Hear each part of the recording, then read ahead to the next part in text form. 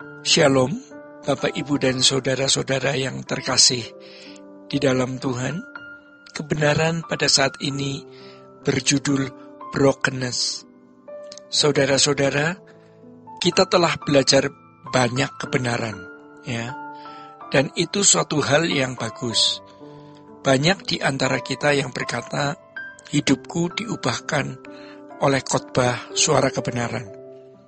Bukan bermaksud mau membanggakan diri, tetapi kita pasti pernah mendengar atau mungkin kita sendiri mengalaminya. Tetapi jangan berhenti berubah. Pada waktu 4 tahun, 5 tahun yang lalu, kita berubah karena suara kebenaran. Tuhan senang. Tetapi setelah 5 tahun, perubahan kita harus lebih. Kalau tidak, Tuhan tidak disenangkan. Kita harus terus bertumbuh di dalam kebenaran. Ketika kita mendengar suara kebenaran, hidup kita diubah dan membuat kita lebih rohani. Kita berubah. Dan itu menyenangkan Tuhan. Tetapi, kebenaran harus bertumbuh. Dan kualitas diri kita juga harus berubah. 5 tahun yang lalu, benar Tuhan dipuaskan, disenangkan oleh kita. Tetapi sekarang, ya, ini jebakan yang terjadi dalam hidup banyak orang Kristen di sekitar kita. Kita jadi sombong rohani. Ya, kita memang akan secara otomatis memiliki roh yang membedakan, logika rohani, kecerdasan roh yang membedakan. Seorang ahli parfum akan bisa mencium dan mengenali parfum dari merek apa. Ibu-ibu bisa tahu berbagai wangi bunga. Ini melati. Ini mawar. Belum tentu yang lain bisa.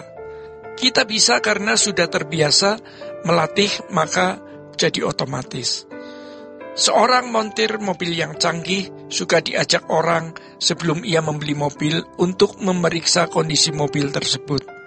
Kita tidak tahu, tetapi dia tahu. Ini tidak sehat mobilnya, ya.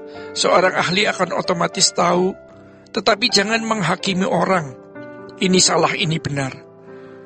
Setelah cerdas mempelajari suara kebenaran, pintar menganalisis lalu menghakimi, dan bisa menyakitkan.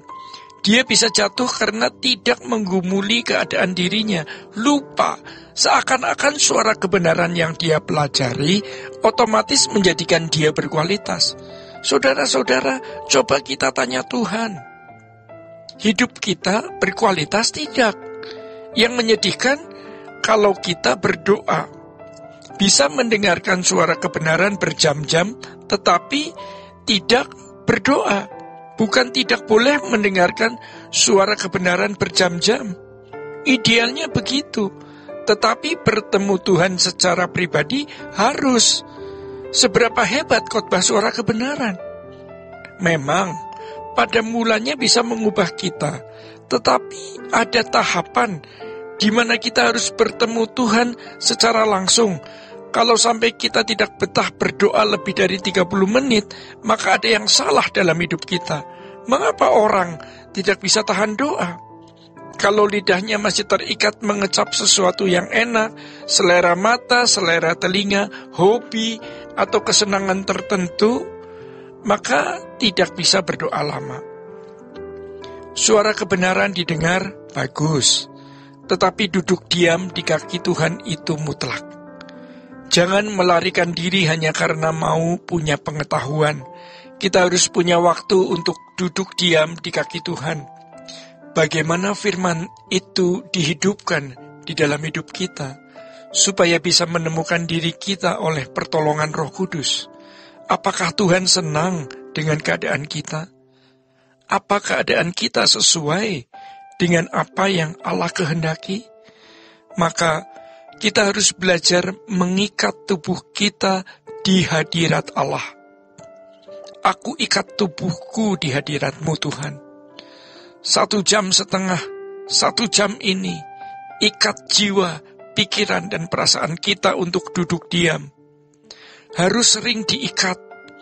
Kita harus berurusan dengan Tuhan atau berdoa secara individu, karena Tuhan ingin berurusan dengan kita secara pribadi. Jika tidak, Nanti kita jadi sok pintar, sok tahu, merasa sudah kaya dengan pengertian kebenaran, jadi sok pintar. Tidak boleh ada kesenangan apapun selain Tuhan. Apalagi nonton gadget. Sehingga tenggelam dalam perasaan senang dan asik yang bisa merusak pikiran kita. Tidak boleh. Kita harus duduk diam, lalu mengikat tubuh, jiwa, pikiran, dan perasaan kita. Memang kita membutuhkan khotbah, tetapi lebih dari itu bagaimana kehidupan kita sesuai dengan kehendak Allah, sehingga bisa dikecap Tuhan, menyenangkan Tuhan. Kita harus berubah terus secara bertahap, menyenangkan Tuhan lebih tinggi, lebih berkualitas. Saudara-saudara, haus dan lapar akan kebenaran itu seberapa? Itu masalahnya.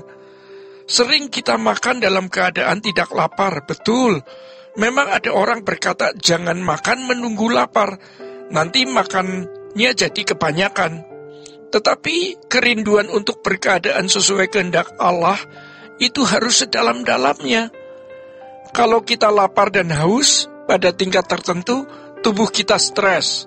Kalau jiwa kita dalam tingkat tinggi ingin menjadi seorang yang sesuai kehendak Allah, akan mengalami yang namanya brokenness, remuk, hatinya remuk. Kita hanya punya satu sumber yang kita harus konsumsi, Tuhan. Bagaimana kita bisa berkeadaan sesuai dengan yang Dia kehendaki? Masalahnya, kita banyak masalah. Kapan saya punya ekonomi baik? Kapan penyakit saya sembuh? Kapan saya punya jodoh? Kapan saya punya anak? Bagi orang Kristen baru tidak salah, karena belum mengerti. Kalau kita sudah mengenal Yesus, tidak ada yang kita ingini kecuali Tuhan. Bapak, Ibu, dan Saudara yang terkasih di dalam Tuhan, demikian kebenaran pada saat ini. Tuhan Yesus memberkati. Sola Gracia.